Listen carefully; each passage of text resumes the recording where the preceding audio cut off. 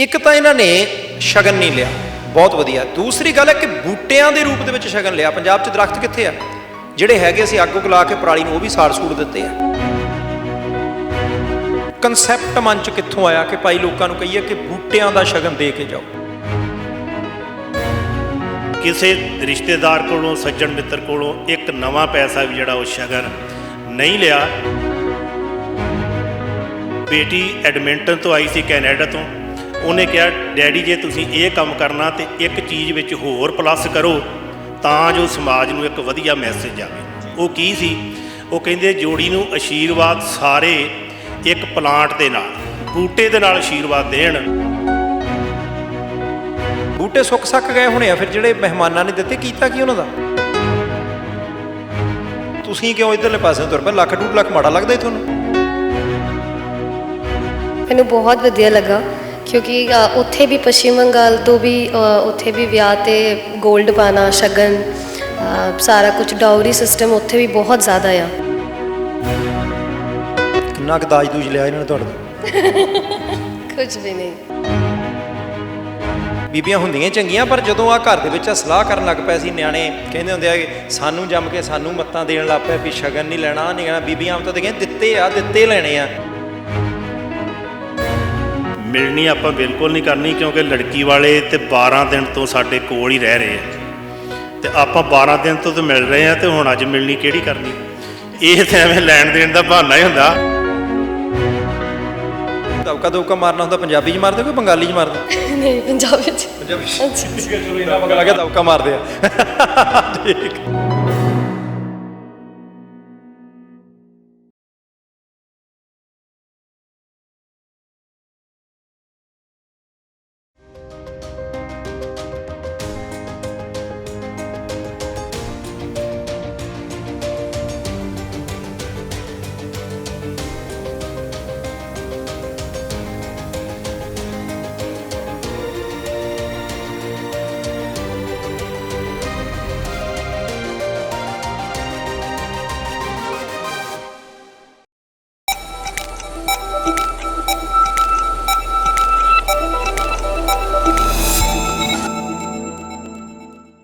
ਸਤਿ ਸ਼੍ਰੀ ਅਕਾਲ ਜੀ, ਤੁਸੀਂ ਦੇਖ ਰਹੇ ਹੋ prime Asia TV. Prime time ਦੇ ਵਿੱਚ ਮੈਂ ਪਰਮਵੀਰ ਸਿੰਘ ਬਾਠ ਤੁਹਾਡਾ ਸਾਰਿਆਂ ਦਾ ਸਵਾਗਤ ਕਰਦਾ। ਤੇ ਅੱਜ ਤੁਸੀਂ ਹੈਰਾਨ ਹੋ ਸਕਦੇ ਹੋ ਕਿ ਅਸੀਂ ਕਿੱਥੇ ਕੁ ਬੈਠੇ ਹਾਂ, ਕਿਉਂਕਿ ਆਮ ਤੌਰ 'ਤੇ ਸਟੂਡੀਓ ਹੁੰਦਾ, ਸਟੂਡੀਓ ਦੇ ਵਿੱਚ ਵੱਧ ਤੋਂ ਵੱਧ ਇੱਕ ਅੱਧਾ ਸਿਆਸੀ ਲੀਡਰ ਜਿਹੜਾ ਉਹ ਨਾਲ ਬੈਠਾ ਹੋਊਗਾ ਜਾਂ ਕੋਈ ਵਿੱਤੀ ਮਾਹਿਰ ਬੈਠਾ ਹੋਊਗਾ ਜਿਹੜਾ ਪੰਜਾਬ ਨੂੰ ਕਰਜ਼ੇ ਦੇ ਵਿੱਚ ਦੱਬਣ ਵਾਲਿਆਂ ਦੀਆਂ ਗੱਲਾਂ ਦੱਸੂ ਤੇ ਕਰਜ਼ੇ 'ਚੋਂ ਕੱਢਣ ਦੇ ਰਾਹ ਦੱਸੂ। ਪਰ ਅੱਜ ਇੱਕ ਵੱਖਰੇ ਕਿਸਮ ਦੀ ਆਪਾਂ ਗੱਲ ਕਰਨੀ ਹੈ, ਕਿਉਂਕਿ ਜਦੋਂ ਪੰਜਾਬ ਦਾ ਚਰਚਾ ਚੱਲਦਾ ਨਾ, ਪੰਜਾਬ ਦੇ ਲੋਕਾਂ ਦਾ, ਪੰਜਾਬ ਦੇ ਲੋਕਾਂ ਦੀ ਵਿੱਤੀ ਹਾਲਤ ਦਾ, ਤੇ ਉਹਦੇ ਵਿੱਚ ਸਭ ਤੋਂ ਵੱਡੀ ਇਹ ਗੱਲ ਆਉਂਦੀ ਹੈ ਕਿ ਅਸੀਂ ਕੁਝ ਚੀਜ਼ਾਂ ਜਿਹੜੀਆਂ ਨੇ ਉਹਨਾਂ ਨੂੰ ਮਾਈਨਸ ਕਰ ਸਕਦੇ ਹਾਂ, ਕੁਝ ਚੀਜ਼ਾਂ ਜਿਹੜੀਆਂ ਨੇ ਉਹਨਾਂ ਨੂੰ ਆਪਣੀ ਜ਼ਿੰਦਗੀ ਦੇ ਵਿੱਚ ਸ਼ਾਮਿਲ ਕਰ ਸਕਦੇ ਹਾਂ। ਕੁਝ ਘਟਾ ਲਈਏ, ਕੁਝ ਵਧਾ ਲਈਏ ਤਾਂ ਕੰਮ ਸੂਤ ਆ ਸਕਦਾ।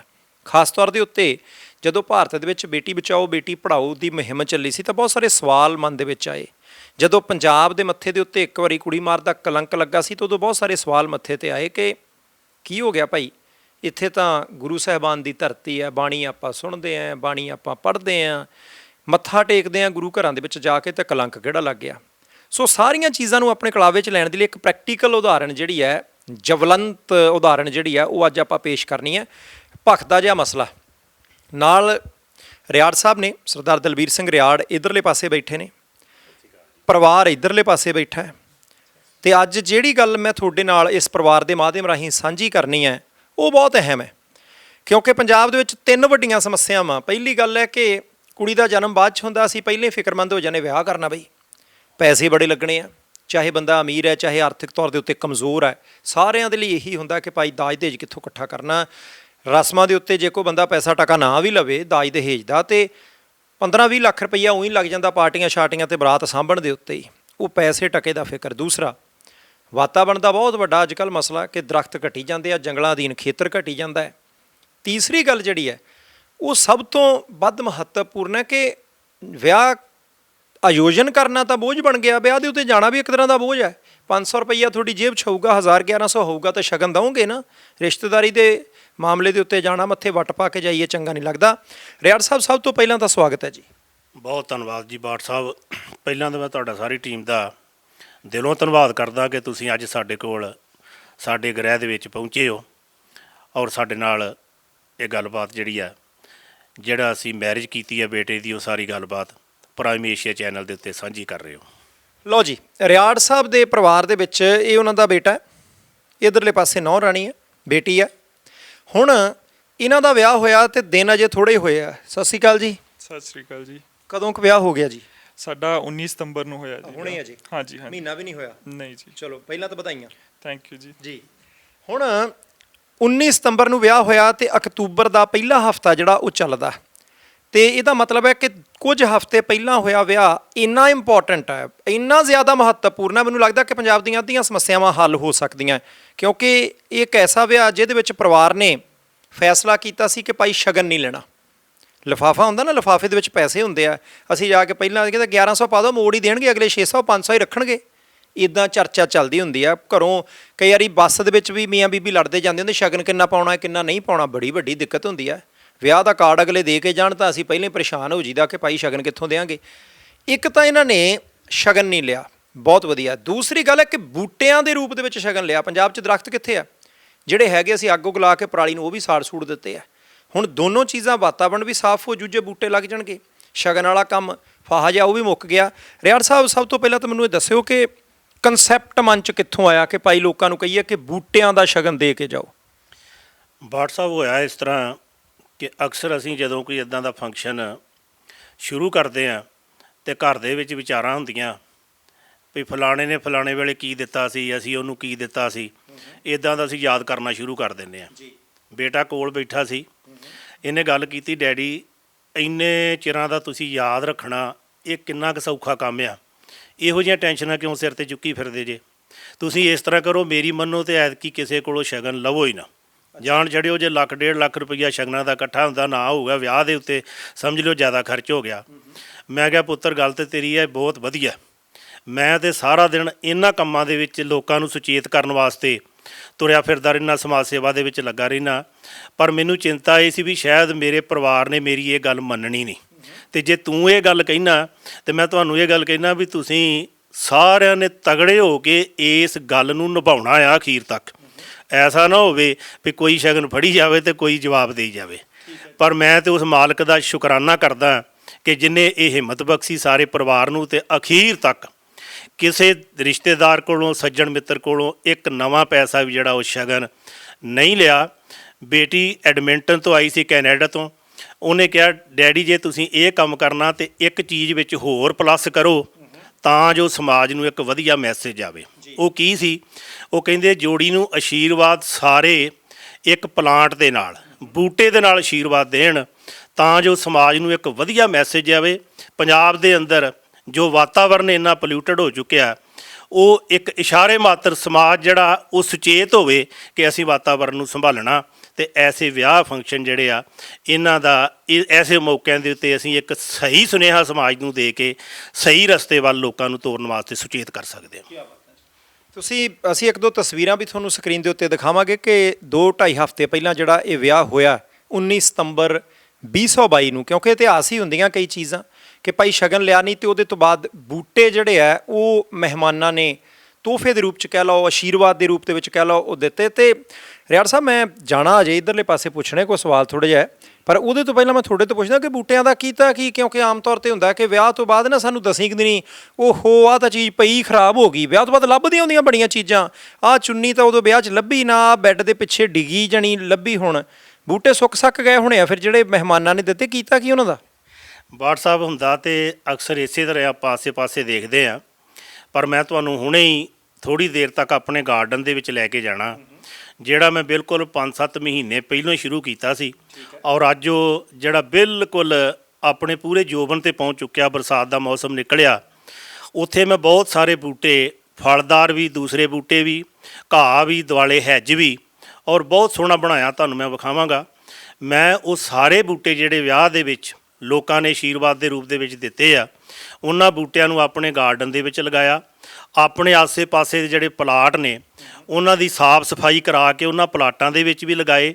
ਔਰ ਜਿਹੜੀ ਮੇਨ ਗਲੀ ਆ ਮੇਰੇ ਉਸ ਗਾਰਡਨ ਦੇ ਸਾਹਮਣੇ ਉਹ ਲੰਘਦੀ 24-25 ਫੁੱਟ ਚੌੜੀ ਗਲੀ ਆ, ਉਸ ਗਲੀ ਦੇ ਦੋਨੋਂ ਪਾਸੇ ਮੈਂ ਆਪ ਆਪਣੇ ਹੱਥਾਂ ਦੇ ਨਾਲ ਟੋਏ ਪੁੱਟ ਕੇ ਉਹਦੇ ਵਿੱਚ ਉਹ ਬੂਟੇ ਜਿਹੜੇ ਲਗਾਏ ਆ ਤੇ ਦਿਵਾਲੇ ਉਹਦੇ ਜਿਹੜਾ ਆ ਉਹ ਗਾਰਡ ਵੀ ਜਿਹੜੇ ਇੱਟਾਂ ਦੇ ਬਣਾਏ ਆ ਤਾਂ ਕਿ ਇਹਨਾਂ ਨੂੰ ਕੋਈ ਖਰਾਬ ਨਾ ਕਰੇ।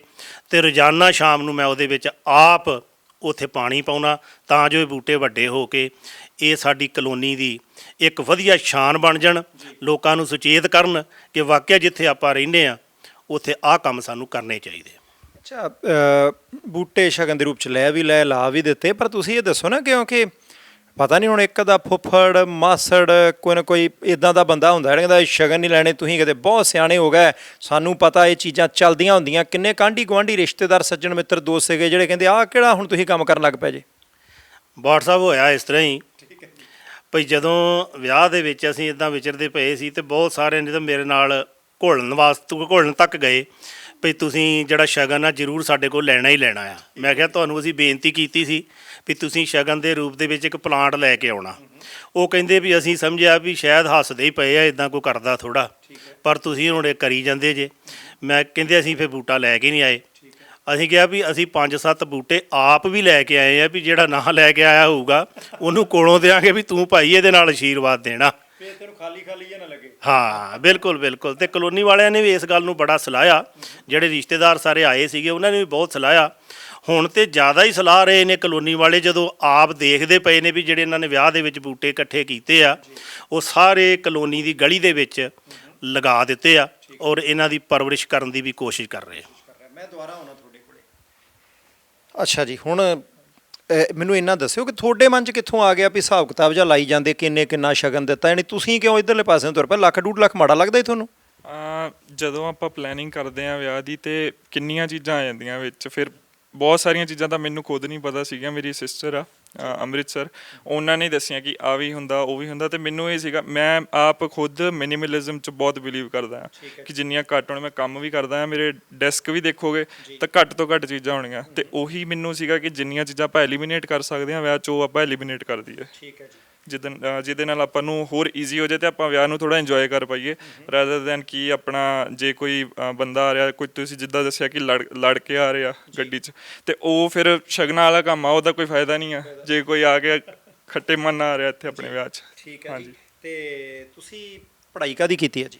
ਮੈਂ ਜੀ ਕੰਪਿਊਟਰ ਸਾਇੰਸ ਐਂਡ ਇੰਜੀਨੀਅਰਿੰਗ ਕੀਤੀ ਆ ਸੇਂਟ ਸੋਲਜਰ ਤੋਂ diploma, and information technology from David college. ਠੀਕ ਹੈ। ਹਾਂਜੀ। ਤੁਸੀਂ ਐਂ ਕਰੋ, ਹੁਣ ਉਹਨਾਂ ਨੂੰ ਐਨੂੰ ਭੇਜੋ, ਤੁਸੀਂ ਉਹਨਾਂ ਵਾਲੀ ਥਾਂ ਤੇ ਚੱਲ ਜਾਓ। ਆ ਜਾਓ ਜੀ। ਸਤਿ ਸ਼੍ਰੀ ਅਕਾਲ ਜੀ। ਠੀਕ ਠਾਕ ਹੋ? ਹਾਂਜੀ, ਬਹੁਤ ਵਧੀਆ। ਬਹੁਤ ਵਧੀਆ। ਚਲੋ ਜੀ, ਮੈਂ ਪਹਿਲੀ ਗੱਲ ਇਹ ਦੱਸ ਦਿਆਂ ਕਿ ਮੈਂ ਪਹਿਲਾਂ ਪ੍ਰੋਗਰਾਮ ਸਟਾਰਟ ਕਰਨ ਤੋਂ ਪੁੱਛ ਲਿਆ ਸੀ, ਪੱਛਮੀ ਬੰਗਾਲ ਤੋਂ ਨੇ। ਪੱਛਮੀ ਬੰਗਾਲ ਤੋਂ ਭਾਵ ਕਿ ਪੜ੍ਹੇ ਲਿਖੇ ਲੋਕਾਂ ਦਾ ਇਲਾਕਾ, ਸੰਗੀਤ ਪ੍ਰੇਮੀਆਂ ਦਾ ਇਲਾਕਾ, ਤੇ ਸੱਭਿਆਚਾਰਕ ਜਿਹੜੀਆਂ ਕਦਰਾਂ ਕੀਮਤਾਂ ਨੇ ਉਹਨਾਂ ਦੇ ਵਿੱਚ ਐਨ ਗੁੜੁੱਚ ਹੋਏ ਲੋਕਾਂ ਦਾ ਇਲਾਕਾ। ਕਿਵੇਂ ਲੱਗਾ ਸੀ ਜੀ ਜਦੋਂ ਇਹਨਾਂ ਨੇ ਇਹ ਸਾਰਾ ਕੁਛ, ਜਾਣੀ ਕਿ ਸ਼ਗਨ ਨਹੀਂ ਲੈਣਾ, ਇਹ ਉਹ ਕਰਨਾ, ਸਾਰਾ ਕੁਛ ਮਹਿਸੂਸ ਕਿੱਦਾਂ ਹੋਇਆ? ਮੈਨੂੰ ਬਹੁਤ ਵਧੀਆ ਲੱਗਾ, ਕਿਉਂਕਿ ਉੱਥੇ ਵੀ ਪੱਛਮੀ ਬੰਗਾਲ ਤੋਂ ਵੀ ਉੱਥੇ ਵੀ ਵਿਆਹ ਤੇ 골ਡ ਪਾਣਾ, ਸ਼ਗਨ, ਸਾਰਾ ਕੁਝ ਡਾਊਰੀ ਸਿਸਟਮ ਉੱਥੇ ਵੀ ਬਹੁਤ ਜ਼ਿਆਦਾ ਆ। ਇਹ ਕਿਹੜਾ ਸੁਣਦੇ ਆ ਕਿੰਨਾ ਕੁ ਦਾਜ ਦੂਜ ਲਿਆ ਇਹਨਾਂ ਨੇ ਤੁਹਾਡੇ ਤੋਂ? ਕੁਝ ਵੀ ਨਹੀਂ। ਫਿਰ ਵੀ ਸਹੀ ਦੱਸੋ। ਬਿਲਕੁਲ ਸਹੀ, ਕੁਝ ਵੀ ਨਹੀਂ। ਕੁਛ ਵੀ ਨਹੀਂ? ਕੁਝ ਵੀ ਨਹੀਂ। ਗਹਿਣੇ ਕੱਟੇ? ਕੁਝ ਵੀ ਨਹੀਂ। ਪੇਟੀਆਂ? ਨਹੀਂ। ਇੱਕ ਕਾਰ ਤਾਂ ਲਈ ਹੋਣੀ। ਨਹੀਂ, ਅੱਛਾ, ਕੁਛ ਨਹੀਂ ਲਿਆ? ਕੁਝ ਵੀ ਨਹੀਂ। ਅੱਛਾ, ਪੱਛਮੀ ਬੰਗਾਲ 'ਚ ਲੈਂਦੇ ਆ? ਉੱਥੇ ਬਹੁਤ ਲੈਂਦੇ ਆ। ਠੀਕ ਹੈ ਜੀ। ਡਾਊਰੀ ਤੇ ਬਿਨਾ ਵਿਆਹ ਹੋਣਾ ਬਹੁਤ ਮੁਸ਼ਕਿਲ ਹੁੰਦਾ ਹੈ। ਠੀਕ ਹੈ ਜੀ। ਤੇ ਉਹ कहता ਕਰਕੇ ਮੇਰੀ ਫੈਮਿਲੀ ਵੀ ਬਹੁਤ ਖੁਸ਼ ਆ। ਮਤਲਬ ਉਹ ਵੀ ਪਹਿਲੀ ਵਾਰ ਇਦਾਂ ਦਾ ਕੁਝ ਮਾਹੌਲ ਵੇਖਿਆ ਕਿ ਇਦਾਂ ਵੀ ਹੋ ਸਕਦੇ ਆ, ਤੇ ਉਹ ਬਹੁਤ ਵਧੀਆ। ਠੀਕ ਹੈ ਜੀ। ਤੁਸੀਂ ਮੈਨੂੰ ਇਹ ਵੀ ਦੱਸਿਓ ਕਿ ਜਦੋਂ ਪਰਿਵਾਰ ਨੂੰ ਸਾਰਾ ਮਿਲਣ ਦਾ ਮੌਕਾ ਮਿਲਿਆ, ਪਹਿਲਾਂ ਤਾਂ ਤੁਹਾਡੇ ਪਰਿਵਾਰ ਦੇ ਮਨ ਦੇ ਵਿੱਚ ਵੀ ਹੋਊਗਾ ਨਾ ਕਿ ਪਤਾ ਨਹੀਂ ਭਾਈ ਕਿੰਨਾ ਕੁ ਦਾਜ ਮੰਗਣਗੇ, ਕਿੰਨਾ ਕੁ ਸਾਡਾ ਖਰਚਾ ਹੋਊਗਾ, ਪਰ ਜਿੱਦਾਂ ਪਰਿਵਾਰ ਨੂੰ ਮਿਲੇ ਫਿਰ ਠੀਕ ਲੱਗਾ ਕੰਮ? ਹਾਂਜੀ, ਉਹ ਤੋਂ ਦੇਖੋ ਪਹਿਲਾਂ ਉਹ ਸਾਰਾ ਕੁਝ ਪਲੈਨਿੰਗ ਜਿਹੜਾ ਉਹ ਹੁੰਦੇ ਆ, ਉਹ ਸਾਰਾ ਕੁਝ ਤਾਂ ਆ ਹੀ ਜਾਂਦਾ ਕਿ ਕੀ ਕਰਨਾ ਆ, ਕੀ ਹੋਊਗਾ, ਬਟ ਉਸ ਤੋਂ ਬਾਅਦ ਫਿਰ ਸਾਰਾ ਕੁਝ ਸੌਰਟ ਹੋ ਗਿਆ ਕਿ ਇਦਾਂ ਦਾ ਹੀ ਕਰਨਾ ਆ। ਤੇ ਫਿਰ ਸਭ ਕੁਝ ਵਧੀਆ। ਪੜ੍ਹਾਈ ਲਿਖਾਈ ਤੁਹਾਡੀ ਕਿਹੜੀ ਆ ਜੀ? ਕੀ ਐਜੂਕੇਸ਼ਨ? ਮੈਂ ਜਰਨਲਿਜ਼ਮ ਕੀਤੀ ਆ, bachelor of journalism and mass communication ਤੇ ਐਮਟੀ ਨੋਇਡਾ ਤੋਂ। ਮੈਂ ਹੋਸਟਲ 'ਚ ਸੀ, ਉੱਥੇ ਹੀ ਐਮਟੀ ਹੋਸਟਲ। 3 ਸਾਲ ਦੀ ਕੋਰਸ ਸੀ। ਤੇ ਜਦੋਂ ਤੁਹਾਨੂੰ ਇਹ ਪਤਾ ਲੱਗਾ ਸੀ ਕਿ ਭਾਈ ਸ਼ਗਨ ਨਹੀਂ ਲੈਣਾ, ਬੂਟੇ ਲੈਣੇ, ਉਦੋਂ ਤਾਂ ਨਹੀਂ ਇਦਾਂ ਲੱਗਾ ਕਿ ਆਮ ਤੌਰ ਤੇ ਲੋਕ ਵੱਡੇ ਵੱਡੇ ਗਿਫਟ ਲੈ ਕੇ ਆਉਂਦੇ ਆ, ਤੁਸੀਂ ਇੱਥੇ ਬੂਟੇ ਮਿੱਟੀ ਖਿਲਾਰੀ ਫਿਰੋਗੇ, ਵਿਰੋਧ ਨਹੀਂ ਕੀਤਾ ਮਾੜਾ ਮੋਟਾ? ਨਹੀਂ। ਚੰਗਾ ਲੱਗਿਆ? ਹਾਂਜੀ, ਠੀਕ ਹੈ ਜੀ। ਮੈਨੂੰ ਵੀ ਜਿਹੜੇ ਉਹ ਇਹਨਾਂ ਦੇ ਮਤਲਬ ਵਿਚਾਰ ਮੈਂ ਬਿਲਕੁਲ ਸਹਿਮਤ ਹਾਂ ਜੀ। ਕਿ ਮੈਨੂੰ ਵੀ ਮਤਲਬ ਬਿਲਕੁਲ ਮਿਨੀਮਲ ਚੀਜ਼ਾਂ ਪਸੰਦ ਆ ਤੇ ਬੇਸਿਕ ਹੋਵੇ।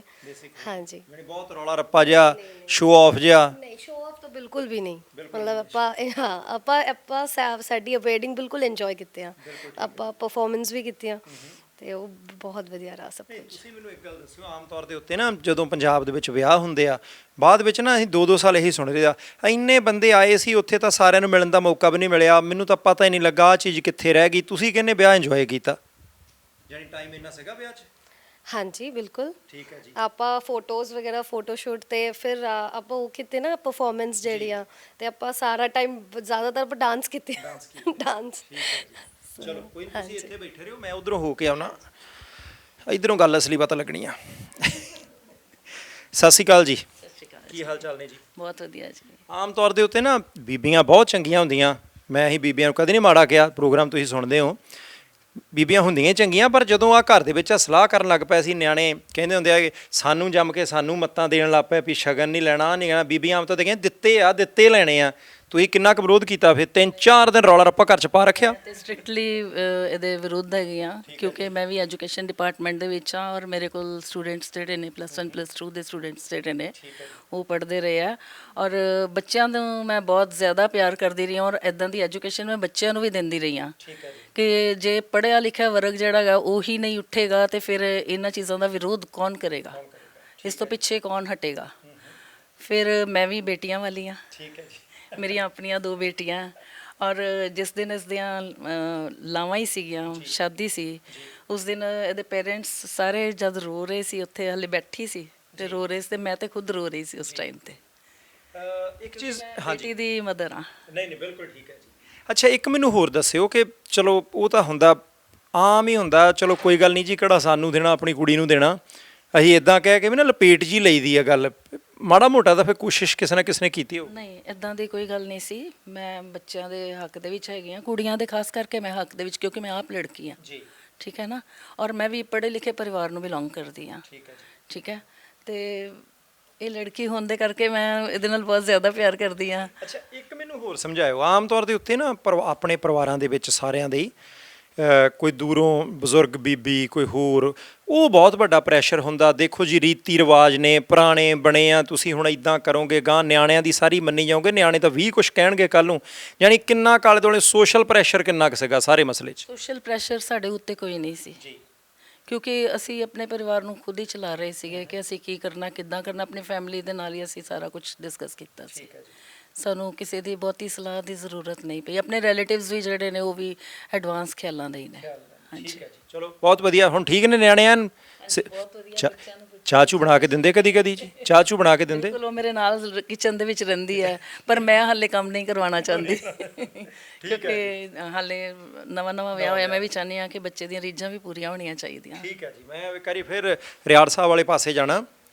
ਰਿਆੜ ਸਾਹਿਬ, ਫਿਰ ਮੁੰਦੀ ਮੰਦੀ ਕਿੱਦਾਂ, ਫਿਰ ਠੋਕ ਵਜਾ ਕੇ ਕਿੰਨੀਆਂ ਕਿ ਜਾਣੀ ਮਿਲਣੀਆਂ ਮੁਲਣੀਆਂ, ਕੰਬਲ ਕੁੰਬਲ ਭਾਰੇ, ਕੋਈ ਇਹ ਵੋ? ਬਾਠ ਸਾਹਿਬ, ਮੁੰਦੀ ਦੀ ਗੱਲ ਇਸ ਤਰ੍ਹਾਂ ਜੀ ਕਿ ਮੇਰਾ ਜਦੋਂ ਆਪਣਾ ਵਿਆਹ ਹੋਇਆ ਸੀ ਨਾ, ਮੇਰੇ ਸਹੁਰਿਆਂ ਨੇ ਮੈਨੂੰ ਇੱਕ ਮੁੰਦੀ ਪਾਤੀ ਸੀ। ਠੀਕ ਹੈ ਜੀ। ਉਹ ਵੀ ਜ਼ਬਰਦਸਤੀ ਪਾਤੀ ਨਾ। ਤੇ ਮੈਂ ਜਦੋਂ ਘਰ ਆਇਆ ਵਿਆਹ ਕੇ, ਜੀ। ਤੇ ਸਭ ਤੋਂ ਪਹਿਲਾਂ ਆਉਂਦਿਆਂ ਮੈਂ ਮੁੰਦੀ ਲਾ ਕੇ ਆਪਣੇ ਫਾਦਰ ਨੂੰ ਫੜਾਈ ਸੀ ਵੀ ਇਹ ਮੇਰੇ ਵੱਸ ਦੀ ਗੱਲ ਨਹੀਂ ਮੁੰਦੀ ਪਾਉਣਾ, ਇਹ ਤੁਸੀਂ ਸਾਂਭ ਲਓ। ਠੀਕ ਹੈ ਜੀ। ਮੈਂ ਮੁੜ ਕੇ ਆਪਣੇ ਫਾਦਰ ਤੋਂ ਮੁੰਦੀ ਲਈ ਨਹੀਂ। ਅੱਜ ਤੱਕ ਮੈਂ ਸੋਨੇ ਦੀ ਕਦੀ ਕੋਈ ਮੁੰਦੀ, ਕੋਈ ਕੜਾ, ਕੋਈ ਕੁਝ ਵੀ ਇਦਾਂ ਦਾ ਨਹੀਂ ਪਹਿਨਿਆ। ਮੈਂ ਸੋਨੇ ਦੇ ਬਿਲਕੁਲ ਬਰਖਲਾਫ ਹਾਂ। ਸੋਨਾ ਨਿਹਰਾ ਟੈਨਸ਼ਨ ਆ। ਟੈਨਸ਼ਨ ਆ। ਘਰ ਦੇ ਵਿੱਚ ਇਹਦੀ ਰਖਵਾਲੀ ਜੇ ਪਾ ਕੇ ਤੁਸੀਂ ਕਿਤੇ ਚਲੇ ਵੀ ਗਏ ਤੇ ਰਾਹ ਦੇ ਵਿੱਚ ਵੀ ਇਹੋ ਕਿਤੇ ਡਿੱਗ ਨਾ ਜਾਵੇ, ਕੋਈ ਖੋਹ ਨਾ ਲਵੇ। ਟੈਨਸ਼ਨ ਤਾਂ ਸਵਾਇਆ ਦੇ ਵਿੱਚ ਕੁਝ ਨਹੀਂ ਹੈਗਾ। ਪੁਰਾਣੇ ਸਮਿਆਂ ਦੇ ਵਿੱਚ ਠੀਕ ਸੀਗਾ ਵੀ ਚਲੋ ਇਹ ਕਿਤੇ ਔਖੀ ਵੇਲੇ ਜਿਹੜਾ ਕੰਮ ਆ ਸਕਦਾ। ਅੱਜ ਕੱਲ੍ਹ ਔਖੀ ਵੇਲੇ ਕਾਹਦਾ ਆ? ਤੁਸੀਂ ਜਿੱਥੇ ਵੀ ਬੈਠੇ ਜੇ ਉੱਥੇ ਹੀ ਪੈਸੇ ਤੁਸੀਂ ਜੇ ਭਾਵੇਂ ਰਿਸ਼ਤੇਦਾਰ ਕੋਲ ਮੰਗਾ ਲਓ ਆਪਣੇ ਜੀਪੇ ਦੇ ਰਾਹੀਂ, ਤੇ ਭਾਵੇਂ ATM ਨਾਲ ਕਿਤੇ ATM 'ਚੋਂ ਕਢਵਾ ਲਓ। ਕਾਰਡ ਹੀ ਪੈਸੇ ਆ। ਹੁਣ ਤੇ ਸੋਨੇ ਵਾਲੀ ਕੋਈ ਗੱਲ ਹੀ ਨਹੀਂ ਹੈਗੀ। ਅੱਛਾ, ਮਿਲਣੀਆਂ ਕਿੰਨੀਆਂ ਖਈਆਂ? ਮਿਲਣੀ ਹੋਈ ਕੋਈ ਨਹੀਂ ਜੀ। ਰਿਸ਼ਤੇਦਾਰ ਤੇ ਬਹੁਤ ਕਹਿੰਦੇ ਰਹੇ ਨੇ ਮਿਲਣੀ ਬਹੁਤ ਜ਼ਰੂਰੀ ਹੁੰਦੀ। ਮੈਂ ਕਿਹਾ ਜੀ ਅਸੀਂ ਕਰਨਾ ਆਨੰਦ ਕਾਰਜ ਜੀ, ਤੇ ਆਨੰਦ ਕਾਰਜ ਤੋਂ ਬਾਅਦ ਆਪਾਂ ਜਿੱਥੇ ਚਾਹ ਪਾਣੀ ਤਿਆਰ ਕੀਤਾ ਉੱਥੇ ਆਪਾਂ ਪਹੁੰਚਣਾ।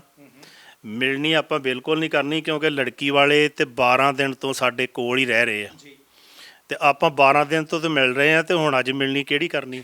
ਇਹ ਤਾਂ ਐਵੇਂ ਲੈਣ ਦੇਣ ਦਾ ਬਹਾਨਾ ਹੀ ਹੁੰਦਾ। ਅੱਛਾ ਲੈਣ ਦੇਣ ਦਾ ਬਹਾਨਾ ਹੁੰਦਾ, ਦੁਬਾਰਾ ਸਮਝਾਓ। ਮਿਲਣੀ ਜਿਹੜੀ ਆ ਇਹ ਤੇ ਉਹੀ ਆ ਵੀ ਬਾਪ ਦੀ ਹੋਈ ਜੇ ਕਹਿਣਾ ਇੱਕੋ ਕਰਨੀ ਹੈ, ਨਹੀਂ ਨਹੀਂ ਮਾਮੇ ਦੀ ਵੀ ਕਰਾਓ, ਚਾਚੇ ਦੀ ਵੀ ਕਰਾਓ, ਤਾਏ ਦੀ ਵੀ ਕਰਾਓ। ਮਿਲਣੀ ਕਰਾਉਣ ਦਾ ਮਤਲਬ ਕੀ ਆ ਵੀ ਕੁਝ ਨਾ ਕੁਝ ਹੱਥ ਪੱਲੇ ਆਊਗਾ। ਹਾਂਜੀ ਠੀਕ ਹੈ ਜੀ, ਪਰ ਇਹ ਜਿਹੜਾ ਇਸੀ ਸੋਚ ਜਿਹੜੀ ਆ ਇਹ ਹੋਣੀ ਨਹੀਂ ਚਾਹੀਦੀ। ਠੀਕ ਹੈ ਜੀ। ਅੱਛਾ ਇੱਕ ਚੀਜ਼ ਹੋਰ ਦੱਸਿਓ, ਫਿਰ ਨੌ ਰਾਣੀਆਂ ਹੁਣ ਤਾਂ ਤੁਹਾਡੀ, ਉਦੋਂ ਆਪਾਂ ਕਹਿੰਦੇ ਵੀ ਕੁੜੀ ਵਾਲੇ ਆ, ਉਹਨਾਂ ਨੂੰ ਕੀ ਗਿਆ ਸੀ ਇੰਨੇ 100 ਬੰਦਾ ਬਰਾਤ ਦਾ ਆਊਗਾ, ਚੀਜ਼ਾਂ ਦੀ ਸੇਵਾ ਕਰਨੀ ਆ ਆਨੰਦ ਕਾਰਜ ਤੋਂ ਬਾਅਦ, ਉਹ ਫਿਰ ਕਿੰਨਾ ਖਰਚਾ ਕਰਾਤਾ ਉਹਨਾਂ ਦਾ? ਉਹਨਾਂ ਦਾ ਅਸੀਂ ਖਰਚਾ ਕਰਾਇਆ ਹੀ ਨਹੀਂਗਾ ਜੀ। ਉਹ ਖਰਚਾ ਅਸੀਂ ਆਪ ਖੁਦ ਅਸੀਂ ਨੌ ਤੁਹਾਡੇ ਤੋਂ ਹੁਣੇ ਪੁੱਛ ਲੈਣੇ। ਹੁਣੇ ਪੁੱਛੋ ਤੁਸੀਂ, ਇਹ ਖਰਚਾ ਸਾਰਾ ਜਿਹੜਾ ਖੁਦ ਹੀ ਕੀਤਾ। ਇਹਨਾਂ ਦੇ ਜਿੰਨੇ ਰੀਤੀ ਰਿਵਾਜ ਉਹ ਵੀ ਅਸੀਂ ਇੱਥੇ ਆਪ ਸਾਰੀ ਡੈਕੋਰੇਸ਼ਨ ਕਰਕੇ ਇੱਥੇ ਆਪਣੇ ਸੱਭਿਆਚਾਰ ਦੇ ਮੁਤਾਬਕ ਸਾਰੇ ਇਹਨਾਂ ਦੇ ਫੰਕਸ਼ਨ ਜਿਹੜੇ ਇੱਥੇ ਕਰਾਏ ਆ। ਜਾਨੀ ਪਾਰਟੀ ਦਾ ਪ੍ਰਬੰਧ ਖੁਦ ਕੀਤਾ? ਖੁਦ ਕੀਤਾ, ਸਾਰਾ ਕੁਝ ਆਪ ਕੀਤਾ ਅਸੀਂ। ਤੇ ਚਲੋ ਮੰਨ ਲੈਨੇ ਆ, ਉਧਰੋਂ ਪੁੱਛ ਲੈਨੇ ਆ। ਠੀਕ ਹੈ ਜੀ, ਇਹ ਜੋ ਕਹਿੰਦੇ ਠੀਕ ਕਹਿੰਦੇ ਆ ਜੀ? ਹਾਂਜੀ ਬਿਲਕੁਲ ਐਨ ਸਹੀ। ਹਾਂਜੀ ਠੀਕ ਹੈ ਜੀ।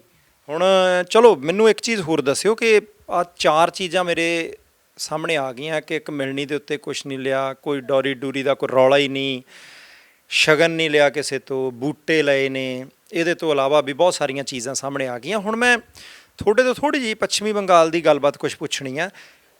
ਸਾਨੂੰ ਪਤਾ ਲੱਗਾ ਸੀ ਕਿ ਉੱਥੇ ਹਰ ਘਰ ਦੇ ਵਿੱਚ ਕੋਸ਼ਿਸ਼ ਲੋਕ ਇਹ ਕਰਦੇ ਆ ਕਿ ਭਾਈ ਬੱਚੇ ਮਿਊਜ਼ਿਕ ਦੇ ਨਾਲ ਜੁੜਨ, ਕੋਈ ਨਾ ਕੋਈ ਉਹਨਾਂ ਨੂੰ ਸੰਗੀਤਕ ਸਾਜ਼ ਜਿਹੜਾ ਉਹ ਸਿਖਾਇਆ ਜਾਵੇ। ਇਹ ਗੱਲ ਸੱਚ ਹੈ? ਹਾਂਜੀ ਬਿਲਕੁਲ ਸੱਚ ਹੈ। ਜਿਹੜੀ ਮੇਰੀ ਮਾਦਰ ਆ ਉਹ ਵੀ ਸਿੰਗਿੰਗ ਕਰਦੇ ਆ। ਠੀਕ ਹੈ ਜੀ। ਉਹਨਾਂ ਨੂੰ ਵੀ ਬਹੁਤ ਸ਼ੌਂਕ ਆ ਤੇ ਉਹ ਮੇਰੇ ਜਿਹੜੀ ਮੇਰੀ ਕਜ਼ਨਸ ਸਾਰੇ ਉਹ ਸੰਗੀਤ ਮਿਊਜ਼ਿਕਸ ਕਰਦੇ ਆ। ਮਿਊਜ਼ਿਕ ਨਹੀਂ, ਉਹ ਸਕੂਲ ਤੋਂ ਸਿੱਖਦੇ ਨੇ? ਸਕੂਲ ਤੋਂ ਵੀ, ਉਸ ਤੋਂ ਬਾਅਦ ਵੀ ਟਿਊਸ਼ਨ ਲੈਂਦੇ ਆ ਜੀ ਹਾਂਜੀ। ਬਿਲਕੁਲ ਠੀਕ ਹੈ। ਇੱਥੇ ਤਾਂ ਕਈ ਵਾਰੀ ਤਾਂ ਕਹਿਣ ਲੱਗ ਪਏ ਕਿਹੜੇ ਪੁੱਠੇ ਕੰਮ 'ਚ ਪੈ ਗਏ ਆ ਤੁਸੀਂ, ਹੁਣੇ ਨਿਆਣੇ ਹੋ, ਤੁਹਾਡਾ ਪੜ੍ਹਨ ਦਾ ਟਾਈਮ ਆ। ਉੱਥੇ ਇਦਾਂ ਦਾ ਨਹੀਂ? ਨਹੀਂ, ਉਹ ਫ੍ਰੀ ਟਾਈਮ ਹੌਬੀ ਕਹਿੰਦੇ ਆ ਉੱਥੇ ਠੀਕ ਹੈ ਜੀ। ਕਿ ਮਿਊਜ਼ਿਕ ਡਾਂਸ ਸਿੱਖ ਲਓ, ਹੌਬੀ ਆ। ਠੀਕ ਹੈ ਜੀ। ਅੱਛਾ ਇੱਕ ਚੀਜ਼ ਹੋਰ ਦੱਸਿਓ, ਇੱਥੇ ਪੰਜਾਬ ਦੇ ਵਿੱਚ ਨਾ ਅਸੀਂ ਬੜੇ ਚਿੰਤਤ ਹੁੰਦੇ ਆ ਕਿ ਕਿਤਾਬਾਂ ਦਾ ਕਲਚਰ ਜਿਹਾ ਘੱਟ ਚੱਲਿਆ, ਕਿਤਾਬਾਂ ਨਾ ਬਹੁਤੀਆਂ ਵਿਕਦੀਆਂ, ਨਾ ਕੋਈ ਬਹੁਤਾ ਖਰੀਦਦਾ, ਨਾ ਕੋਈ ਪੜ੍ਹ ਕੇ ਰਾਜ਼ੀ ਹੈ। ਪੱਛਮੀ ਬੰਗਾਲ 'ਚ ਕਿੱਦਾਂ? ਉੱਥੇ ਐਡੂਕੇਸ਼ਨ ਵੈਲਿਊ ਬਹੁਤ ਕਰਦੇ ਆ ਲੋਕ। ਉੱਥੇ ਵੀ ਹੈਗਾ 18 ਇਅਰਸ ਹੋ ਗਏ ਤਾਂ ਵਿਆਹ ਕਰਾ ਦੇਣਾ, ਉੱਥੇ ਵੀ ਹੈਗਾ ਕਲਚਰ, ਉੱਥੇ ਵੀ ਹੈਗਾ। ਲੇਕਿਨ ਕੋਈ ਫੈਮਿਲੀ ਹੈਗਾ, ਜਿਹੜੀ ਮੇਰੀ ਫੈਮਿਲੀ ਆ, ਉਹ ਐਡੂਕੇਸ਼ਨ ਨੂੰ ਬਹੁਤ ਜ਼ਿਆਦਾ ਵੈਲਿਊ ਕਰਦੇ ਆ। ਤੇ ਜਦੋਂ ਮਤਲਬ ਸੈਟਲ ਹੋ ਜਾਵੇ ਕੁੜੀ ਨੂੰ ਬਹੁਤ ਮਤਲਬ ਐਡੂਕੇਸ਼ਨ ਦਾ ਬਹੁਤ ਵੈਲਿਊ ਕਰਦੇ ਆ ਕਿ ਕੁੜੀ ਪੜ੍ਹੀ ਲਿਖੀ ਕੁੜੀ ਹੋਣੀ ਚਾਹੀਦੀ। ਤੇ ਜੇ ਫਿਰ ਆਈ ਆ ਮਤਲਬ ਜੌਬ ਦੀ ਉੱਥੇ ਥੋੜਾ ਆ ਪ੍ਰੋਬਲਮ ਆ ਜੌਬ ਦੀ। ਉੱਥੇ ਐਡੂਕੇਸ਼ਨ ਤੋਂ ਬਾਅਦ ਥੋੜਾ ਜੌਬਸ ਹਾਂਜੀ ਮਤਲਬ ਬਹੁਤ ਤੁਸੀਂ ਕਹਿ ਲਓ ਥੋੜਾ। ਅੱਛਾ ਇੱਕ ਚੀਜ਼ ਹੋਰ ਦੱਸਿਓ, ਅਸੀਂ ਪੰਜਾਬ ਦੇ ਵਿੱਚੋਂ ਨਾ ਹੁਣ ਕੋਸ਼ਿਸ਼ ਕਰੀਦੀ ਆ ਕਿ ਨਿਆਣੇ ਨੂੰ 12ਵੀਂ ਕਰਾ ਕੇ ਤਾਂ ਵਿਦੇਸ਼ ਭੇਜ ਦਈਏ ਪੜ੍ਹਾਈ ਦੇ ਲਈ, ਜਾਣੀ ਸਾਰਿਆਂ ਦੀ ਕੋਸ਼ਿਸ਼ ਹੈਗੀ ਕਿ ਚਲੇ ਜਾਈਏ। ਬਹੁਤ ਥੋੜ੍ਹੇ ਲੋਕ ਨੇ। ਪੱਛਮੀ ਬੰਗਾਲ ਦੇ ਲੋਕਾਂ ਦੇ ਵਿੱਚ, ਕਲਕੱਤੇ ਦੇ ਲੋਕਾਂ ਦੇ ਵਿੱਚ ਉੱਥੇ ਵੀ ਵਿਦੇਸ਼ ਜਾਣ ਦਾ ਰੁਝਾਨ ਹੈਗਾ ਕਿ ਅਜੇ ਘੱਟ ਹੈ? ਉੱਥੇ ਆ ਕਲਚਰ ਥੋੜੀ ਘੱਟ ਆ। ਉਹਨਾਂ ਦੇ ਖਿਆਲਾਤ ਆ ਹੈ ਕਿ ਪੜ੍ਹੇ ਐਡੂਕੇਸ਼ਨ ਤੋਂ ਬਾਅਦ ਮਾਸਟਰਸ ਕਰ ਲਈਏ, ਉਸ ਤੋਂ ਬਾਅਦ ਤੁਸੀਂ ਐਡੂਕੇਸ਼ਨ ਲਓ, PhD ਕਰੋ, ਹੋਰ ਜੋ ਵੀ ਕਰੋ, ਉਸ ਤੋਂ ਬਾਅਦ ਫਿਰ ਗਵਰਨਮੈਂਟ ਜੌਬ ਕਰੋ। ਜੇ ਫਿਰ ਕੋਈ ਹੋਰ ਚੰਗੀ ਕੋਈ ਜੌਬ ਕਰ ਲਓ। ਵਿਦੇਸ਼ ਜਾਣ ਦਾ ਥੋੜਾ ਘੱਟ ਆ, ਲੇਕਿਨ ਇੰਨਾ ਵੀ ਨਹੀਂ, ਲੋਕ ਜਾਣਦੇ ਵੀ ਹੈ। ਹਾਂਜੀ ਅੱਛਾ ਇੱਕ ਚੀਜ਼ ਹੋਰ ਦੱਸਿਓ, ਮੰਨ ਲਓ ਜੇ ਤੁਸੀਂ ਮੈਨੂੰ ਪੰਜਾਬੀ 'ਚ ਕਹਿਣਾ ਹੋਵੇ ਚਾਹ ਪੀ ਕੇ ਜਾਇਓ, ਬੰਗਾਲੀ ਦੇ ਵਿੱਚ ਕਿੱਦਾਂ ਕਹੋਗੇ? ਚਾਹ ਖੇ ਜਾਵੇ। ਜੇ ਤੁਸੀਂ ਕਹਿਣਾ ਹੋਵੇ ਸਮੋਸੇ ਵੀ ਖਾ ਕੇ ਜਾਇਓ? ਸ਼ਿੰਗਾਰਾ ਖੇ ਜਿਓ। ਠੀਕ ਹੈ, ਆ ਦੋਨੇ ਚੀਜ਼ਾਂ ਖਿਆਲ 'ਚ ਰੱਖਿਓ, ਜਾਣੀ ਆਪਾਂ ਬਾਅਦ 'ਚ ਫਿਰ ਚਾਹ ਵੀ ਪੀ ਲਾਂਗੇ, ਸਮੋਸੇ ਵੀ ਖਾ ਲਾਂਗੇ ਨਾ। ਠੀਕ ਹੈ, ਮੈਂ ਕਿਹਾ ਬਹਾਨੇ ਜਾਂ ਨਾ ਦੱਸ ਦੇ। ਅੱਛਾ ਬੰਗਾਲੀ ਤੁਹਾਨੂੰ ਪੂਰੀ ਆਉਂਦੀ ਹੈ? ਹਾਂਜੀ ਮੈਨੂੰ ਆਉਂਦੀ ਹੈ। ਕਲਾਸ 'ਚ ਪੜ੍ਹੀ? ਨਹੀਂ, ਮੈਂ ਕਦੇ ਬੰਗਾਲੀ ਪੜ੍ਹੀ ਨਹੀਂ। ਬਸ ਫੈਮਿਲੀ ਨਾਲ ਜਿਹੜੀ ਮੇਰੀ ਗੱਲਬਾਤ ਹੋ ਜਾਂਦੀ ਆ ਬੰਗਾਲੀ 'ਚ, ਬਸ ਉਹੀ ਆ। ਤੇ ਜਦੋਂ ਇਹਨਾਂ ਨੂੰ ਦਬਕਾ ਮਾਰਨਾ ਹੁੰਦਾ ਪੰਜਾਬੀ 'ਚ ਮਾਰਦੇ ਹੋ ਕਿ ਬੰਗਾਲੀ 'ਚ ਮਾਰਦੇ ਹੋ? ਨਹੀਂ, ਪੰਜਾਬੀ 'ਚ। ਪੰਜਾਬੀ 'ਚ? ਠੀਕ ਹੈ, ਚਲੋ ਇੰਨਾ ਪਤਾ ਲੱਗ ਗਿਆ ਦਬਕਾ ਮਾਰਦੇ ਆ। ਠੀਕ ਚਲੋ ਠੀਕ ਹੈ ਰਿਆੜ ਸਾਹਿਬ, ਬਾਕੀ ਗੱਲਾਂ ਬਾਅਦ ਦੀਆਂ। ਆ ਤੁਸੀਂ ਸਾਰਾ ਕੁਝ ਜਿਹੜਾ ਕੀਤਾ ਇਹ ਮਨ 'ਚ ਕਿੱਥੋਂ ਆਇਆ? ਪਿੰਡ ਕਿਹੜਾ ਤੁਹਾਡਾ? ਹੁਣ ਤਾਂ ਆਪਾਂ ਜਲੰਧਰ ਦੇ ਵਿੱਚ ਬੈਠ ਕੇ ਗੱਲ ਕਰਦੇ ਹਾਂ। ਜਾਣੀ ਤੁਸੀਂ ਕਿਹਾ ਕਿ ਇੱਕ ਮੁੰਦੀ ਪਾਤੀ, ਉਹ ਤੁਹਾਡਾ ਵਿਆਹ ਹੋਇਆ, ਤੇ ਇਹ ਸਾਰਾ ਕੁਝ ਇਧਰਲੇ ਪਾਸੇ ਨੂੰ ਕਿੱਦਾਂ ਚੱਲ ਪਿਆ? ਅਸੀਂ ਤਾਂ ਪੁੱਠੇ ਪਾਸੇ ਤੁਰੇ ਹੁੰਨੇ ਆ। ਬਾਠ ਸਾਹਿਬ ਸਾਹਿਤ ਸੁਭਾਵਾਂ ਦੇ ਨਾਲ ਜੁੜੇ ਆ, ਲਿਖਦੇ ਆ ਜੀ। ਮੇਰੀ ਜਿੰਨੀ ਲੇਖਣੀ ਅੱਜ ਤੱਕ ਉਹ ਸਾਰੀ ਜਾਂ ਤੇ ਗੁਰਮਤ ਦੀ ਹੈ ਜੀ, ਤੇ ਜਾਂ ਫਿਰ ਸਮਾਜਿਕ ਬੁਰਾਈਆਂ ਦੇ ਉੱਤੇ ਤੇ ਵਾਤਾਵਰਣ ਦੇ ਉੱਪਰ ਹੈ। ਮੈਂ ਬਹੁਤ ਕੁਝ ਲਿਖਿਆ ਇਹਦੇ ਉੱਤੇ। ਇੱਕ ਪੁਰਾਣੀ ਕਹਾਵਤ ਜਿਹੜੀ ਬੜੀ ਪ੍ਰਚਲਿਤ ਹੈ ਜੀ, ਇੱਕ ਰੁੱਖ 100 ਸੁੱਖ। ਠੀਕ ਹੈ। ਇੱਕ ਇੱਕ ਰੁੱਖ ਤੋਂ 100 ਸੁੱਖ ਮਿਲਦਾ, ਗੱਲਾਂ ਸੱਚ ਸਿਆਣੇ ਇਹ ਕਹਿ ਗਏ ਨੇ, ਜਿਨ੍ਹਾਂ ਰੁੱਖ ਲਾਏ ਉਹਨਾਂ ਫਲ ਖਾਧੇ, ਸੁੱਖ ਜ਼ਿੰਦਗੀ ਦੇ ਸਾਰੇ ਹੀ ਲੈ ਗਏ ਨੇ, ਕਿੱਕਰ ਬੋੜ ਟਾਹਲੀਆਂ ਅਲੋਪ ਹੋ ਗਏ, ਹੁਣ ਤਾਂ ਪੰਛੀ ਵੀ ਅਲਵਿਦਾ ਕਹਿ ਗਏ ਨੇ, ਰੁੱਖ ਨਿੰਮ ਦਾ ਦਵਾਈਆਂ ਲਈ ਹੈ ਬਿਹਤਰ, ਪਰ ਐਸੇ ਰੁੱਖ ਅੱਜ ਕਿੱਥੇ ਰਹਿ ਗਏ ਨੇ, ਖਬਰੇ ਇਹਨਾਂ ਨੇ ਕਿਹੜਾ ਵਿਕਾਸ ਕਰਨਾ, ਖਬਰੇ ਇਹਨਾਂ ਨੇ ਕਿਹੜਾ ਵਿਕਾਸ ਕਰਨਾ, ਜਿਹੜੇ ਰੁੱਖਾਂ ਦੇ ਪਿੱਛੇ ਹੀ ਪੈ ਗਏ ਨੇ, ਲੈ ਕੇ ਦਾਤਰ ਕੁਹਾੜੀਆਂ ਆਏ ਵੱਢਣ, ਗਰਮੀ ਬਹੁਤ ਕਹਿ ਕੇ ਛਾਵੇਂ ਬਹਿ ਗਏ ਨੇ, ਲੈ ਕੇ ਦਾਤਰ ਕੁਹਾੜੀਆਂ ਆਏ ਵੱਢਣ, ਗਰਮੀ ਬਹੁਤ ਕਹਿ ਕੇ ਛਾਵੇਂ ਬਹਿ ਗਏ ਨੇ, ਕੁਝ ਵੱਢ ਦਿੱਤੇ ਕੁਝ ਕੱਟ ਦੇਣੇ, ਕੁਝ ਰਿਆੜ ਨੂੰ ਕੱਟਣ ਲਈ ਕਹਿ ਗਏ ਨੇ, ਜਿਹੜੇ ਕੱਟ ਦਿੱਤੇ ਉਹ ਤਾਂ ਗਏ ਕੱਟੇ, ਆਓ ਸਾਂਭ ਲਈਏ ਜਿਹੜੇ ਰਹਿ ਗਏ ਨੇ, ਆਓ ਸਾਂਭ ਲਈਏ ਜਿਹੜੇ ਰਹਿ ਗਏ ਨੇ। ਬਹੁਤ ਵਧੀਆ ਐਸੀ ਸੋਚ ਹੈ। ਅੱਛਾ ਰਿਆੜ ਸਾਹਿਬ, ਆ ਤੁਹਾਡੀ ਕਵਿਤਾ ਜਿਹੜੀ ਆਪਣੇ ਆਪ ਦੇ ਦੱਸਦੀ ਹੈ ਕਿ ਤੁਸੀਂ ਐਨ ਪ੍ਰਣਾਏ ਹੋਏ ਹੋ ਉਸ ਸੋਚ ਨੂੰ। ਇੱਕ ਚੀਜ਼ ਮੈਨੂੰ ਹੋਰ ਦੱਸਿਓ ਕਿ ਤੁਹਾਡਾ ਜਨਮ ਕਦੋਂ ਦਾ? ਮੇਰਾ ਜਨਮ ਹੈ ਜੀ 59 ਦਾ। 59 ਦਾ, ਜਾਣੀ ਜਦੋਂ ਹਰੀ ਕ੍ਰਾਂਤੀ ਆਈ ਤੁਸੀਂ 7 ਸਾਲਾਂ ਦੇ ਸੀ, 1966 ਜਦੋਂ ਸੂਬਾ ਇੱਧਰ ਉੱਧਰ ਹੋਇਆ। ਇਹ ਦਰਖਤ ਇੰਨੇ ਹੀ ਘੱਟ ਹੁੰਦੇ ਸੀ ਪਹਿਲਾਂ ਪੰਜਾਬ 'ਚ ਕਿ ਅਸੀਂ ਬਾਅਦ 'ਚ ਵੱਡੇ ਆ? ਗੱਲ ਹੈ ਜੀ, ਆ ਜਿਹੜੀ ਮੈਂ ਗੱਲ ਕੀਤੀ ਹੈ ਨਾ ਹੁਣੇ, ਖਬਰੇ ਇਹਨਾਂ ਨੇ ਕਿਹੜਾ ਵਿਕਾਸ ਕਰਨਾ, ਅਸੀਂ ਵਿਕਾਸ ਦੇ ਨਾਂ ਦੇ ਉੱਤੇ ਬਹੁਤ ਸਾਰਾ ਵਿਨਾਸ਼ ਕੀਤਾ ਹੈ। ਅਸੀਂ ਪੱਥਰ ਦੇ ਜੰਗਲ ਜਿਹੜੇ ਨਾ ਉਹ ਲਾਉਣ ਦੀ ਕੋਸ਼ਿਸ਼ ਕਰ ਰਹੇ ਹਾਂ, ਜਿਹੜੇ ਸਾਡੇ ਵਾਸਤੇ, ਮਨੁੱਖ ਜਾਤੀ ਵਾਸਤੇ, ਬਲਕਿ ਸਾਰੇ ਜੀਵਾਂ ਵਾਸਤੇ ਬਹੁਤ ਹੀ ਘਾਤਕ ਹੈ। ਇਹ ਹੋਣਾ ਨਹੀਂ ਚਾਹੀਦਾ। ਕੱਟੇ ਅਸੀਂ ਆਪ ਹੀ ਹੈ। ਮੈਨੂੰ ਤਾਂ ਇਵੇਂ ਲੱਗਦਾ ਵੀ 84 ਲੱਖ ਜੂਨਾਂ ਨੇ, ਅਤੇ ਗੁਰਬਾਣੀ ਗ੍ਰੰਥ ਸਾਡੇ ਇਹ ਕਹਿੰਦੇ ਆ ਵੀ ਸਭ ਤੋਂ ਸ੍ਰੇਸ਼ਟ ਜੂਨ ਜਿਹੜੀ ਉਹ ਮਨੁੱਖ ਦੀ ਹੈ। ਪਰ ਇਹ ਜੋ ਕੁਝ ਕੀਤਾ ਨਾ ਘਾਣ ਵਾਤਾਵਰਨ ਦਾ, ਇਹ ਬਾਕੀ 83,99,999 ਜੂਨਾਂ 'ਚੋਂ ਕਿਸੇ ਨੇ ਨਹੀਂ ਕੀਤਾ। ਇਹ ਕੇਵਲ ਤੇ ਕੇਵਲ ਮਨੁੱਖ ਨੇ ਕੀਤਾ। ਇਹਨੇ ਹੀ ਕੱਟੇ ਆ।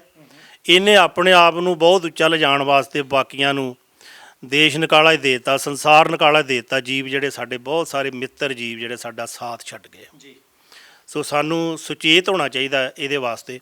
ਅਸੀਂ ਤਾਂ ਇੱਕ ਮੌਕਾ ਸਾਂਭਿਆ ਕਿ ਬੇਟੇ ਦੀ ਮੈਰਿਜ ਨੂੰ ਆਪਾਂ ਇਸ ਪੱਖ ਦੇ ਨਾਲ ਜੋੜੀਏ, ਇੱਕ ਸਮਾਜ ਨੂੰ ਚੰਗਾ ਸੁਨੇਹਾ ਦਈਏ, ਅਤੇ ਮਾਲਕ ਨੇ ਸਾਡੇ ਉੱਤੇ ਬੜੀ ਬਖਸ਼ਿਸ਼ ਕੀਤੀ ਹੈ ਕਿ ਅਸੀਂ ਇਹਦੇ ਵਿੱਚ ਸਫਲ ਹੋਏ ਹਾਂ। ਨਹੀਂ ਚਲੋ ਬਹੁਤ ਚੰਗਾ। ਪਰ ਇਹ ਮੈਂ ਇਸ ਗੱਲੋਂ ਬੜਾ ਹੈਰਾਨ ਆ, ਆਮ ਤੌਰ ਦੇ ਉੱਤੇ ਨਾ ਬੜੇ ਬੰਦੇ ਸਰਕਲ ਵਾਲੇ ਹੁੰਦੇ ਆ, ਉਹ ਯਾਰ ਅਸੀਂ ਤਾਂ ਚਾਹੁੰਦੇ ਸੀਗੇ ਕਿ ਥੋੜ੍ਹਾ ਜਿਹਾ ਕੰਮ ਸਾਦਾ ਰੱਖੀਏ ਆ ਚੀਜ਼ਾਂ ਨਾਲ, ਇਹ ਪਰ ਘਰ ਦੇ ਮੰਨੇ ਨਹੀਂ, ਜਾਣੀ ਘਰ ਦੇ ਨਹੀਂ ਮੰਨਦੇ।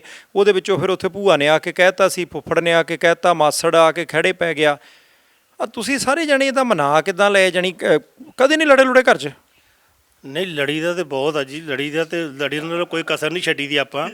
ਪਰ ਜਿਹੜੀ ਲੜਾਈ ਆ ਨਾ ਉਹ ਵੀ ਪੋਜ਼ਿਟਿਵ ਪੱਖ ਵੱਲ ਹੋਵੇ ਨਾ ਤੇ ਜ਼ਿਆਦਾ ਵਧੀਆ। ਅਸੀਂ ਲੜਦੇ ਇਹਨਾਂ ਗੱਲਾਂ ਤੋਂ ਰਹਿੰਦੇ ਹਾਂ, ਪਰ ਇਹ ਆ ਵੀ ਲੜ ਕੇ ਸਹਿਮਤ ਹੋ ਜਾਂਦੇ। ਇਹਦੇ 'ਚ ਵੀ ਥੋੜ੍ਹਾ ਬਹੁਤਾ ਤਕਰਾਰ ਹੋਇਆ ਹੀ ਵੀ ਨਹੀਂ ਇੱਦਾਂ ਕਰਨਾ ਉੱਦਾਂ ਕਰਨਾ, ਕਿਸੇ ਨੇ ਕਿਹਾ ਵਿੱਚੋਂ ਵੀ ਨਹੀਂ ਇੱਦਾਂ ਕਰ ਲਓ, ਪਰ ਇਹ ਆ ਵੀ ਮੁੜ ਕੇ ਸਾਰੇ ਸਹਿਮਤ ਹੋ ਗਏ। ਇਹ ਵੀ ਬੜੀ ਵਧੀਆ ਗੱਲ ਆ। ਹਾਂ, ਹੋਣਾ ਚਾਹੀਦਾ। ਬਿਲਕੁਲ ਬਿਲਕੁਲ। ਚਲੋ ਠੀਕ ਹੈ। ਇੱਕ ਚੀਜ਼ ਮੈਂ ਥੋੜ੍ਹੀ ਜਿਹੀ, ਕਿਉਂਕਿ ਤੁਸੀਂ ਐਜੂਕੇਸ਼ਨ ਡਿਪਾਰਟਮੈਂਟ ਦੇ ਨਾਲ ਜੋੜੀ ਸੁੱਖ ਨਾਲ ਸੰਬੰਧ ਰੱਖਦੀ ਹੈ, ਅਤੇ ਸਿੱਖਿਆ ਉੱਪਰ ਨੂੰ ਗਈ ਕਿ ਥੱਲੇ ਨੂੰ ਆਈ ਸਰਕਾਰੀ ਸਿੱਖਿਆ?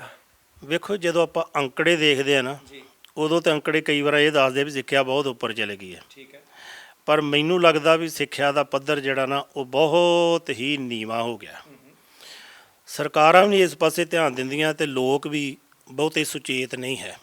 ਆਪਾਂ ਹਰ ਦੋਸ਼ ਜਿਹੜਾ ਨਾ ਉਹ ਸਰਕਾਰਾਂ ਨੂੰ ਦਿੰਦੇ ਹਾਂ। ਵੇਖੋ, ਮੇਰੇ ਨਾਲ ਆ ਮੇਰੇ ਸਾਥੀ ਸਰਦਾਰ ਮੁਖਵਿੰਦਰ ਸਿੰਘ ਸੰਧੂ ਜੀ ਵੀ ਬੈਠੇ ਨੇ ਇੱਥੇ ਆ ਕੇ। ਵਿਆਹ ਵੀ ਇਹਨਾਂ ਨੇ ਸਾਰਾ ਅਟੈਂਡ ਕੀਤਾ। ਇਹਨਾਂ ਨੇ ਵੀ 4 ਕਿਤਾਬਾਂ ਲਿਖੀਆਂ ਨੇ। ਮੇਰੀਆਂ ਵੀ 4 ਕਿਤਾਬਾਂ ਮੈਂ ਤੁਹਾਡੇ ਲਾਗੇ ਰੱਖੀਆਂ, ਮੈਂ ਤੁਹਾਨੂੰ ਦੇਣੀਆਂ ਬਾਅਦ ਦੇ ਵਿੱਚ।